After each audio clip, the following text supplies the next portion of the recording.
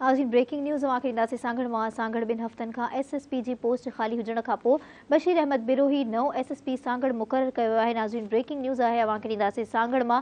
सांगड़ 2 हफ़्तनि खां SSP जी post ख़ाली हुजण खां पोइ बशीर अहमद बिरोही नओं SSP सांगड़ मुक़ररु कयो आहे। SSP शहीद बेनज़ीराबाद कैप्टन अमीर सऊद मक्सी वटि सांगड़ जी इज़ाफ़ी चार्ज हुई। नाज़रीन ब्रेकिंग न्यूज़ आहे, हिकु भेरो ॿीहर ॾींदासीं सांगड़ मां।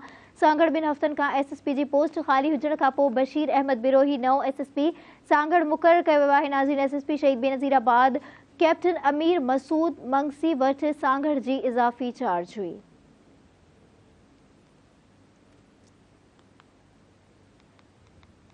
ब्रेकिंग न्यूज़ आहे नाज़रीन, आगाह कंदासीं सांगड़ मां। सांगड़ में 2 हफ़्तनि खां SSP जी पोस्ट ख़ाली हुजण खां पोइ बशीर अहमद बिरोही नओं SSP सांगड़ मुक़ररु कयो आहे। नाज़रीन SSP शहीद बेनज़ीराबाद कैप्टन अमीर मसूद मक्सी वटि सांगड़ जी इज़ाफ़ी चार्ज हुई।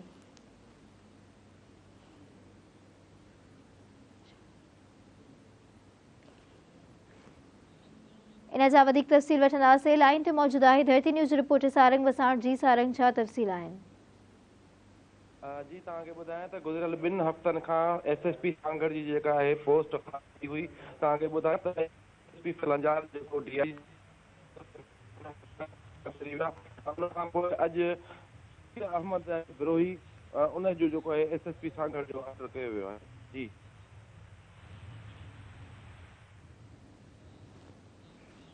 सारंग, वॾी महिरबानी तफ़सील खां आगाह करण लाइ। नाज़रीन ख़बर अव्हांखे ॾेई रहिया हुआसीं